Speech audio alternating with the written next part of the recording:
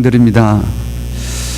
날씨가 조금 추워지면 여러분 움츠려 드시지 마시고 더욱더 활기차게 더 멋지게 이렇게 나아가면 감기도 물러나고 모든 것이 건강할 수 있으리라 믿습니다. 지난주에 우리 하나님의 열심이란 제목으로 하나님 말씀을 같이 나누었습니다. 나의 나된 것은 하나님의 은혜라 이렇게 고백을 하지만 사실은 그 말씀 속에는 하나님의 열심이 지금 있는 나의 모습으로 이끌어 주셨다는 사실을 보았습니다. 하나님의 열심 때문에 야곱은 나중에 최종적으로 승리의 삶을 이렇게 살 수 있었던 것입니다. 오늘 본문을 통해서도 이제 하나님의 열심이 예수 그리스도의 열심으로 나타나고 예수 그리스도의 열심은 또한 오늘 같이 나눌 이 수가성 여인, 이 사마리아 여인의 열심으로 나타나는 것을 같이 나누고자 합니다. 인간의 열심이 하나님의 열심보다 앞서게 되면 참 이것이 문제였습니다. 항상 문제가 생겼고 또 어려움을 겪게 되었습니다. 예를 들자면 야곱이 원래 하나님의 은혜로부터 태어날 때부터 장자의 직분을 받았습니다. 너는 큰 자가 작은 자를 섬기리라 했던 것은 이미 동생이었던 야곱이 장자로서의 직분을 하나님께서 이미 허락하셨던 것이었습니다. 그래서 장자의 직분을 이제 이루기 위해서, 즉 하나님의 일을 이루기 위해서 이 야곱과 그의 어머니 리브가는 자신의 방법으로, 인간의 열심으로 시작을 하다 보니 결국 큰 어려움을 당하게 되었음을 보았습니다. 그렇지만 하나님의 열심을 이어서 사람의 열심으로 나아갈 때는 그 열심은 더욱더 큰 것을, 큰 역사로 이루어져 가는 것임을 동시에 볼 수 있습니다. 오늘 예수님의 열심은 이 유대 지역에서 예수님께서 갈릴리 지역으로 제자들과 같이 가는 여정 속에서 보통 이스라엘 사람들이 택하는 그러한 길이 아니라 사마리아 땅을 통과해서 가시겠다라고 작정하시고 그 길로 들어선 것이 바로 예수님의 열심을 볼 수가 있습니다. 정말 목이 타고 배가 고플 지경까지 걸어서 먼 길인 이 사마리아 수가성까지 다다른 것입니다. 이곳에 우물가에 앉아 있는데 마침 한 사마리아 여인이 물을 길러 왔습니다. 사실 예수님께서는 이 여인을 만나기 위하여, 이 사마리아 여인을 만나기 위하여 그분의 열심으로 지금 이곳 사마리아 땅까지 오게 된 것이었습니다. 이 여인에게 복음을 전하여 정말 영생의 길을 주시기 위하여 왔던 것입니다. 예수님의 열심이었습니다. 마치 이방 땅 모압에 살고 있었던 이 룻이라는 여인을 구원하시기 위하여 베들레헴에 살고 있는 엘리멜렉과 그의 아내 나오미, 이 가족을 이제 그쪽으로 보내셔서 그녀를 구출하여 내셨던 것처럼, 그런 하나님의 열심이 있었던 것처럼 이 수가성 여인을 하나님께서 구원하시고자 작정하시고 예수 그리스도의 열심으로 그곳에 가셨던 것입니다. 예수님을 이 여인이 만난 것은 참 우연처럼 보이지만 우연이 아니었습니다. 오늘 여러분들이 잘 알고 계시는 예수님과 수가성 여인과의 이 대화를 나오는 그 마지막 결론 부분입니다. 우리가 읽었던 본문의 말씀은. 그런데 이 수가성 여인에 대한 약간의 오해가 있습니다. 이 여인이 품행이 밝지 못한 방탕한 여인이라는 해석입니다. 물길로 나온 시각과 그리고 남편이 5이나 있고 지금 있는 사람도 자기 남편이 아니라는 사실 때문입니다. 그러나 기본적으로 보면 이 6시 6절에 나오는 오늘 본문 4장 6절에 보면은 이제 6시라는 것이 나오는데 이 6시라는 것이 과연 오늘날 시간으로 몇이냐, 이렇게 해석을 할 때에 보통 사람들은 유대 시간법으로 계산을 해서 정오로 이렇게 말씀을 합니다. 정오는 낮 12시입니다. 낮 12시에는 사람들이 물 길러 다니는 시간이 아닙니다. 그래서 이 여인이 얼굴 들기가 부끄러워서 이렇게 대낮에 아무도 없을 때에 물을 길러 나왔다라는 그 생각을 하는 것입니다. 그러나 요한복음이라는 복음서는 한 시간 개념은 항상 동일하게 적용되어 있습니다. 요한복음은 로마식 표기법으로, 로마식 시간 계산법으로 기록되어 있습니다. 다른 모든 것이 로마식 표기로 되어 있는데 이것만 유대식으로 표현된 것은 아니라는 것입니다. 즉 이 말씀은 무슨 말씀이냐면은 제6시라는 말씀은 로마식 표기로 해서 저녁 6시라고 볼 수 있습니다. 저녁 6시니까 저녁 6시는 당연히 일반 유대 사람들이 물을 길러 가는 그런 시간입니다. 그래서 이 여인도 당연히 이제 저녁 물 길러 가는 시간에 물을 길러 왔던 것입니다. 때마침 예수님께서 그곳에 계셨고 예수님께서는 하루 종일 걸으시다가 지금 저녁 때쯤에 거기에 당도한 것입니다. 그런 상황에서 이제 그러면 남편이 5이고 지금 있는 남편도 지금 있는 사람도 남편이 아니라 그러니 이걸 어떻게 봐야 됩니까? 참 기구한 운명을 가진 여인이다. 너무 참 안타깝지만 그러니까 그런 참 슬픈 운명을, 슬픈 일들을 많이 가지고 있는 그러한 여인이다 생각을 할 수 있습니다. 그리고 지금 있는 남편도 어떤 면인지 모르겠지만 그 남편이 유대인이 아닌지 또 다른 사람인지 또는 어떤 적법한 관계가 아닌지 우리가 알 수는 없습니다. 그렇지만 하여튼 이 여인은 참 기구한 운명을 가진 여인이지만 그러나 오늘 예수님과의 대화 속에서 우리가 볼 수 있는 것은 영적으로 굉장히 민감한 여인이었다라는 사실을 우리는 볼 수 있습니다. 하여간 이 여인은 세속적인 보통 사람으로 우리가 볼 수 있습니다. 여러분이나 저처럼 우리와 같은 그런 여인이었습니다. 세속에 속한 그런 여인이었습니다. 주님은 대신에 거룩하신 분이었습니다. 그래서 예수님과 이 수가성 여인과의 만남은 성과 속의 만남이다 그렇게 표현할 수 있습니다. 거룩함과 거룩하지 못한 인간이 하나님과 인간이 만나는 그런 대화의 모습을 보여주고 있습니다. 우리 간단히 예수님과의 대화를 살펴보겠습니다. 이제 하루 종일 이렇게 걸어와서 목이 말라서 이 우물가에 앉았습니다. 그리고 예수님의 제자들은 이제 먹을 것을 사기 위해서 마을로 다 들어갔습니다. 그때 예수님이 혼자 앉아 계실 때에 이제 사마리아 여인이 물 길러 온 것입니다. 그래서 이게 이런 상황 딱 되었을 때 예수님께서 물을 좀 달라 그랬습니다. 그러니 당신은 유대인으로서 어찌 사마리아 여인인 나에게 물을 달라 하나이까? 내가 만일 하나님의 선물과 내게 물 좀 달라고 하는 이가 누구인 줄 너가 알았더라면 오히려 너가 나에게 구했으리라. 그가 생수를 너에게 주었을 것이다. 그렇게 이야기하시는 것입니다. 이게 무슨 말씀입니까? 예수님께서는 처음부터 이제 영적인, 즉 하늘의 신령한 선물인 영생의 생수에 대해서 단도직입적으로 이 여인에게 지금 말씀하고 계신 것입니다. 서론이 있는 것도 아니었고 단도직입적으로 하나님의 선물과 이 영혼이 나오는 생수에 대해서 알았으면 너가 구했을 것이다. 사실 예수님께서 처음 사람을 만날 때 이렇게 처음부터 영적인 것으로 접근하는 경우가 쉽지 않았습니다.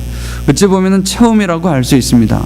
그런데도 이 여인에게는 사마리아 여인인데도 불구하고 단도직입적으로 말씀하신 것을 보면 주님께서는 처음부터 이 여인을 구원하시려고 작정하시고 열심을 품고 계셨음을 우리는 볼 수 있습니다. 그렇게 하니 주여 당연합니다. 물길을 그릇도 없고 딱 보니까 그리고 이 우물은 깊은데 어떻게 물을 구하겠습니까? 그리고 우리 조상 야곱이 이 우물을 우리에게 주어서 나와 우리 가족들과 가축들에게 먹이라고 했는데 당신이 혹시 그 우리 조상 야곱보다 크니까? 이렇게 질문을 하는 것입니다. 영적인 말을 들을 때에 반응하는 우리 세속적인 사람의 반응은 자연스럽습니다. 이렇게 나올 수밖에 없는 것입니다. 예수님은 영적인 말씀은 영원한 생수를 말씀하셨지만 이 여인은 일상적인 물을 생각했던 것입니다. 그릇도 없는데 나에게 물을 준다니요 말이 됩니까? 그렇지만 이 여인에게는 아주 영적인 민감함이 있었습니다. 예사뿐이 아니라는 사실을 깨달은 것입니다.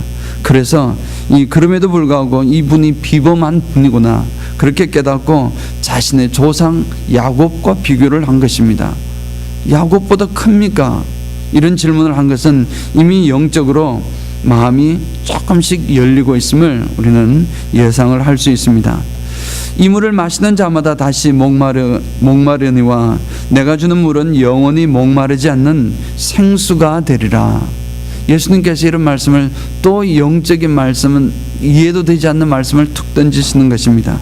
영적인 상황에서 이런 세상적인 것과 영적이 만나가지고 성과 속이 만나는 가운데서 화해가 이루어지는 장면으로 볼 수 있습니다.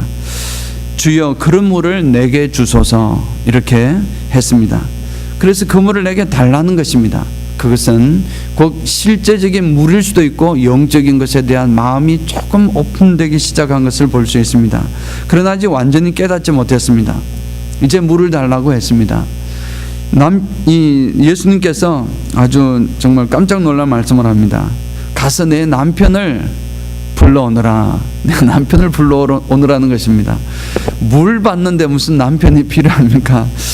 물론 여러 가지 다른 해석도 있지만 이제 남편을 불러오라라고 했을 때 그 여인은 남편이 없습니다. 그러니 예수님께서 내 말이 맞다. 남편이 5 있었고 지금 있는 사람도, 지금 있는 자도 내 남편이 아니니 말이야 라고 예수님께서 말씀하셨습니다. 이 말씀에 이 여인이 넘어간 것입니다.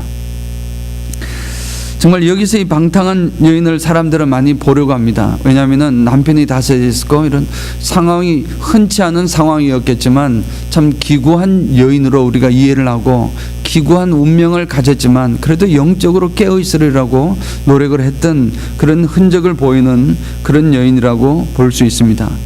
이 여인이 정말 방탕한 사람이었든지 아니면은 정말 기구한 운명으로 지금 이 모습을 가지고 있든지 예수님께서는 그 마음에 있는 그 여인의 슬픔을 아셨던 것입니다.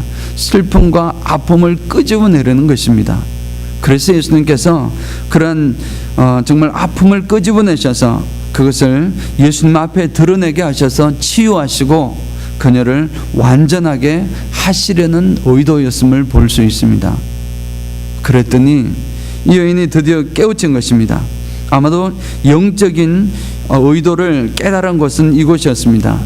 이분이 예사뿐이 아니구나 하는 것은 직감했지만 이분이 나의 모든 것을 알고 계시는 분이시구나, 나의 과거와 현재와 그 미래까지도 모든 것을 아시는 분이시구나, 분명히 하나님이 보낸 사람이라는 것을 깨달은 것입니다.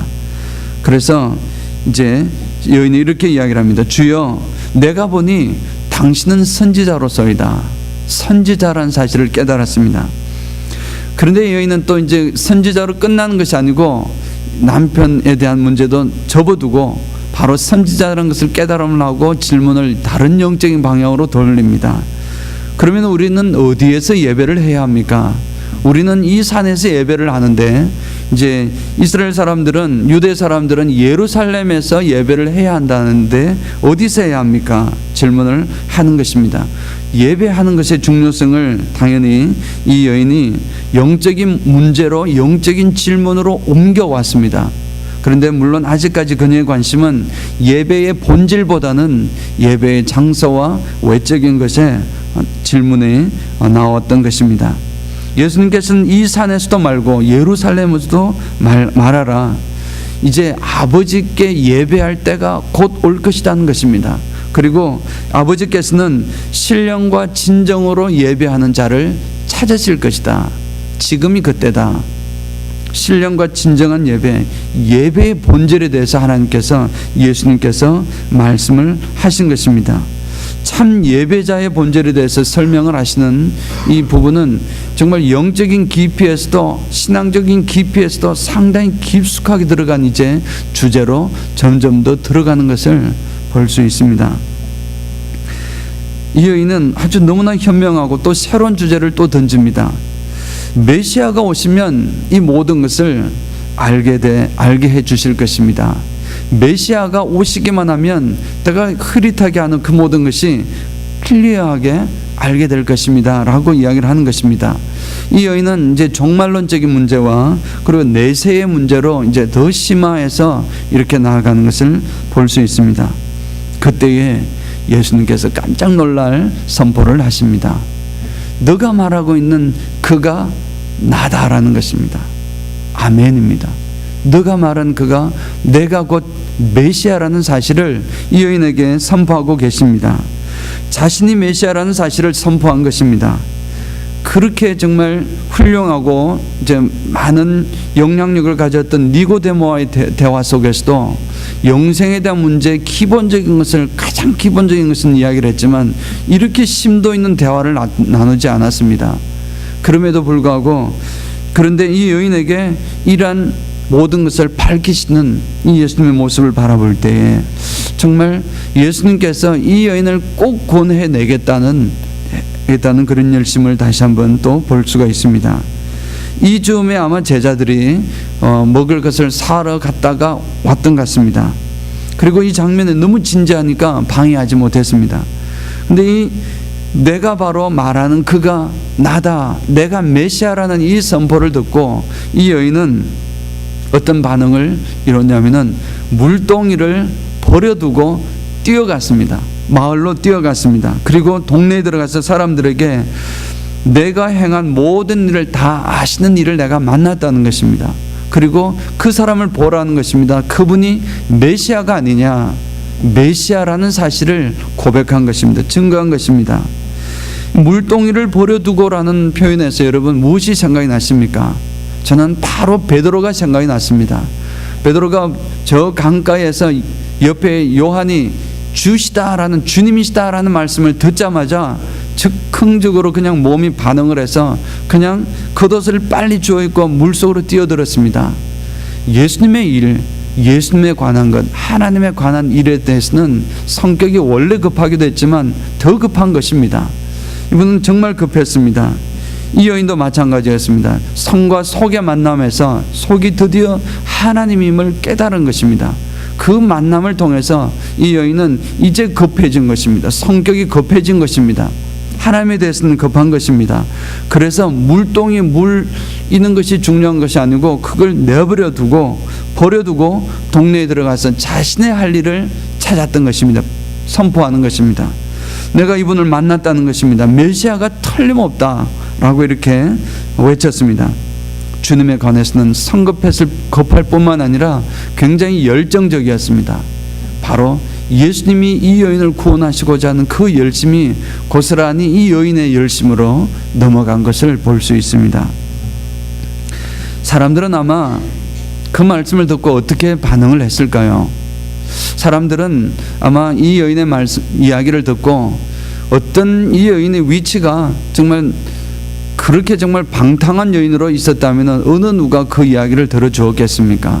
그리고 또 그렇지 않다 하더라도 기구한 운명을 가진 참 불쌍한 여인으로 봤다 그래도 그렇게 큰 영향력이 있진 않았을 것입니다. 그렇다 할지라도 그녀는 좀 부끄러웠을 것입니다. 그래서 이렇게 사람들과 좋은 교제를 그렇게 나누었다고도 볼 수 없습니다. 그런 상황인데도 이 여인은 큰 소리로 외쳤을 것입니다. 속에 있는 하나님의 열심이 나에게 와서 그 열심이 어쩔 줄 모르는 것입니다. 그래서 소리를 외쳤습니다. 바로 메시아라는 것입니다.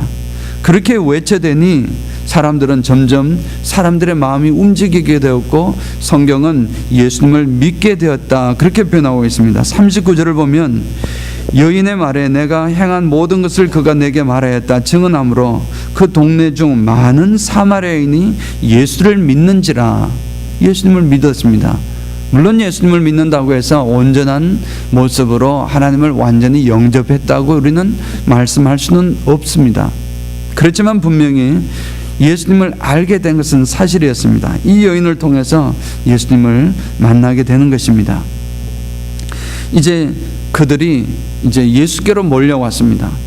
많이 몰려왔습니다. 그래서 그 상황 속에서 그들이 예수님에게 이렇게 요청을 합니다. 자기들과 함께 유하시기를 청하였습니다. 그래서 보통 이렇게 유하시기를 청하다 이 표현은 밤을 같이 지새자는 그런 의미를 가지고 있고, 또 이제 보통은 손님 접대를 할 때도 그렇지만 이 나그네에게 이 묵어가라는 그런 표현입니다. 그래서 이 시간이 아까도 말씀드린 저녁 6시가 더 정확할 것이다 라는 것입니다. 그래서 이제 그렇게 요청을 하니 예수님께서 저들과 함께 이틀을 더 그곳에 유하셨습니다. 이 사마리아 길은 사실은 급할 때 또 지나가는 길이기도 합니다. 왜냐하면 이 단축 길이기 때문에 다른 길은 돌아가야 되고, 사마리아는 그냥 그대로 쭉 가면 되는 게 보통은 한 일주일 걸리지만 이쪽으로 사마리아로 지나면 한 사흘 정도만 하면 지나는 그런 길입니다. 그럼에도 불구하고 이제 돌아가는 이유는 둘 사이의 상극이었기 때문이었습니다. 예수님께서는 그런 편견도 다 버리시고 가셨지만 궁극적으로 이 여인을 만나서 구원코자 하시는 열심이 있었던 것입니다. 이틀을 더 유했다는 말씀은 하나님께서 정말 예수님께서 급한 일로 가시는 것이 아니었다는 사실을 우리는 다시 한번 볼 수 있습니다. 예수님을 말씀을 나누니 많은 사람들이, 이제 더 많은 사람들이 예수님을 믿게 되었는데, 예수님의 말씀으로 말미암아 믿는 자가 더욱 많아진 것입니다. 그리고 이제 그들이 이 여인에게 고백을 하기를 이렇게 고백합니다. 이제 우리가 믿는 것은 너의 말, 당신의 말 때문에 믿는 것이 아니라 이제 예수님의 말을 친히 듣고 이제 보니 이분이 참으로 세상의 구주이신 줄을 알미라, 이렇게 고백을 하는 것입니다. 우리가 예수님을 누구의 소개를 통해서 알게 되었습니다. 그리고 어쩌면 예수님을 믿는다고 고백할 수도 있을 것입니다. 그러나 그것이 끝이 아니라 그것을 통해서 참된 하나님과의 만남이 이루어져야 합니다. 하나님과의 개인적인 관계 형성이 이루어져야 하는 것입니다. 하나님과의 만남과 관계 형성이 이루어지고 나니, 그리고 난 다음에 이 사람들은 이제 진정한 고백이 이루어지는 것입니다. 하나님, 이분이 세상의 구주시다, 바로 그리스도라는 사실을 그들이 깨닫고 선포를 하는 것입니다. 놀라운 일이 이 사마리아 땅 수가성에서 벌어진 것입니다. 지금 시기가 보면 아직까지 예수님께서 고난을 받기도 훨씬 전이고 사역 어찌 보면 거의 초기에 속한 시기였습니다. 그런데 이 땅에서, 이 사마리아 땅에서 부흥운동이 일어난 것입니다. 그러한 역사가 바로 한 여인을 통해서 이루어진 것을 볼 수 있습니다. 예수님께서 이 수가성 여인을 구원하시기 위해서 열심을 보이신 이유는 또 다른 이유가 분명히 있다는 사실을 우리는 금방 알게 되었습니다. 왜냐하면 사실 한 사람을 구원하는 것은 단순히 그 한 영혼을 구하는 것도 있지만 그 여인을, 그 사람을 통해서 또 다른 목적을 이루어 가시는 방편이 되기 때문입니다. 구약에서 하나님께서 룻을 구하기 작전을 펴셔가지고 룻을 결국 그 모압 땅에서 끄집어내셔서 이 베들레헴으로 와서 그곳에 이제 살게 하시고 하나님의 백성이 되게 하셨습니다. 그리고 그 여인을 통해서 다윗 가문의 며느리가 되게 하여서 결국은 이 다윗의 할아버지 오벳과 결혼을 해서 할아버지를 낳게 되는 것입니다. 그래서 다윗이 탄생했다는 것은 결국 예수 그리스도의 오심, 예수 그리스도의 정말 이 우리 인간에게 오시는 그 통로를 만들어주는 그런 역할을 하셨음을 볼 수 있습니다. 하나님께서는 룻을 구하셔서 한 영혼을 구하셔서 사용하셨지만 그 여인을 또 다른 목적으로 인류 그리스도의 이 오심의 길을 예비하는 그런 사람으로 사용해 주셨음을 볼 수 있습니다. 이 한 여인, 수가성 여인을 구원하시기 위해서 예수 그리스도의 열심으로 여기까지 왔습니다. 그리고 이 여인을 구원했습니다. 마지막으로 내가 봐도 바로 그다라고 고백을 했을 때 이 여인은 물동이를 던져두고 그냥 마을로 뛰어 들어가서 이분이 메시아가 아니냐, 우리말로는 메시아가 아니냐 하지만 이렇게 의문형으로 되어 있지만 틀림없이 메시아입니다. 그 말씀입니다. 수사적인 표현입니다. 메시아다라는 것입니다. 이 스스로 깨달은 것은 이분이 구원을 받았다는 말씀입니다. 그렇게 구원을 했지만 그것으로 끝나는 것이 아니라 이 여인을 통해서 그 온 수가성 마을에 복음이 증거되고 수가성 마을에 예수 그리스도를 믿는 사람들이 많아지게 되었다는 것입니다. 하나님께서는 이렇게 역사를 하신다는 것입니다. 우리 기독교의 역사는 어떤 한 사람의 회심과 한 사람의 헌신으로 수많은 사람들이 주님 안으로 돌아오는 그러한 역사로 이루어졌습니다. 그런 역사가 많이 있었습니다. 우리 기독교의 역사는 정말 수많은 그러한 일들을 통해서 한 사람의 특별한 열정으로, 한 사람의 열심으로 하나님 나라가 확장되어진 역사가 많이 있습니다. 오늘 이 사마리아 여인의 역할은 사람들에게 복음을 전하는 것이었습니다. 사람들에게 예수님을 만나게 해주는 교량의 역할을 감당했던 것입니다. 바로 그런 과정에서 그녀는 열정이 들어갔습니다. 아마 이 여인은 그렇게 열정적인 사람이 아니었을 수 있습니다. 수동적이고 어찌 보면 운명에 맡겨지고 이렇게 따르다 보니 오늘과 같은 그러한 참 슬픈 운명을 가지게 된 사람이었을 수도 있습니다. 그런데 이 예수 그리스도의 열정과 그 마음이 전달이 되고부터 이제 메시아라는 사실을 결국 깨닫는 순간부터 그녀는 열정이고 좀 급한 사람이 되어버린 것입니다. 바로 이 수가성 여인을 구하기 위한 예수님의 열심이 바로 이 여인에게 열심으로 이어졌던 것입니다. 역시 이제 우리 턴입니다. 이제 우리 몫입니다. 이제 하나님의 열심이 예수 그리스도의 열심으로 왔고 예수 그리스도의 열심이 이 수가성 여인의 열심으로 왔습니다. 수가성 여인뿐만 아니라 그 예수 그리스도의 열심이 이제 우리의 열심으로 이어질 때가 바로 지금인 줄 믿습니다. 사랑하는 성도 여러분, 제가 지난번에 우리 이번 가을이 가기 전에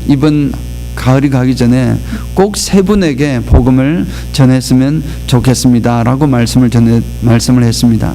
세 분에게 안 믿는 사람에게도 전할 수 있고 또 이제 정말 교회를 다니다가 안 다니신 분에게 전할 수도 있고 또 정말 어떤 상황에서든지 간에 정말 하나님의 복음을 전하는 것입니다. 그 전하고 그 결과는 하나님께서 알아서 하십니다.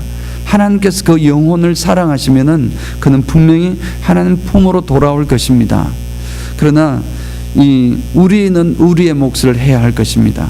우리는 우리에게 전해준 정말 예수 그리스도는 한 영혼을 수가성 여인을 구원하시기 위해서 그런 열심을 품고서 일을 하시고 우리 구약에도 보셨고 이스라엘 백성을 구하고 하나님의 열심은 끝이 없습니다.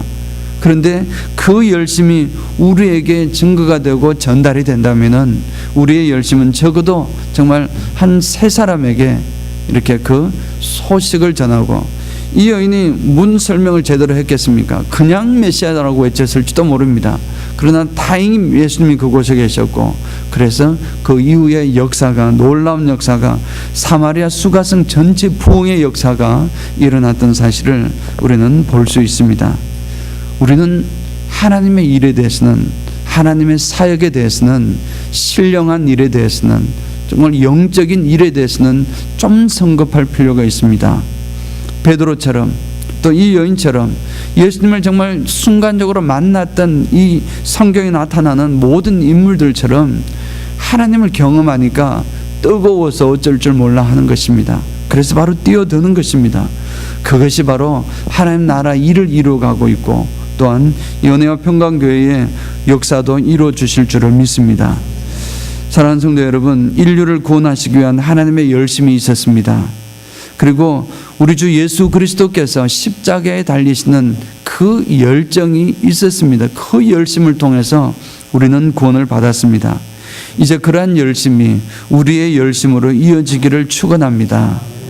하나님의 일을 더욱더 열정적으로 더 열심으로 더 성급하시기를, 그래서 주님 나라의 일에 정말 선봉장 되셔서 주님 일에 선하게 사용되는 그러한 아름다운 통로로 사용되시기를 주님의 이름으로 축원드립니다. 아멘. 아버지 하나님, 은혜를 감사를 드립니다. 저희들은 참 연약합니다. 잊어먹기도 잘하고 또 하나님 봉사하고 충성하겠다고 또 결단도 수없이 했건만 또 어느덧 그 은혜를 잊어버리고 또 아버지 하나님 세상 일에는 급하고 신속하고 주의 일에는 급하지 않고 순속하지 못한 저희들의 모습이 되어버렸습니다. 아버지 하나님, 성경에 나오는 사람들마다 참된 하나님께서 기뻐하셨던 그런 사람들마다 하나님 일에 신속하였음을 보았습니다. 아버지 하나님, 하나님의 열심이 이 수가성 여인의 열심으로 이어진 것처럼 이제 우리의 열심으로 이어질 수 있도록 하나님 역사하여 주시옵소서. 아버지 하나님, 우리를 통해서 하나님 큰 역사를 이루어 주시옵소서. 오늘 평강교회가 세워질 때에 하나님께서 처음으로 계획하셨던 아름답고 선하고 주님의 방주의 역할을, 아버지 하나님 세상의 방주의 역할을, 그리고 주님의 복음을 이곳을 통해서 수없이 피어나가기를 원하셨던 그 마음을 꼭 저희들이 이루어드릴 수 있도록 주님 역사하여 주시옵소서. 아버지 하나님, 다른 사람이 아니라 부족하지만 아무 보잘것없고 제자라고 감히 말할 수 없지만 연약한 저희들을 통해서 주님 이 일을 이루어 주시옵소서. 아버지 하나님 감사를 드립니다. 예수님 이름으로 기도하옵나이다. 아멘.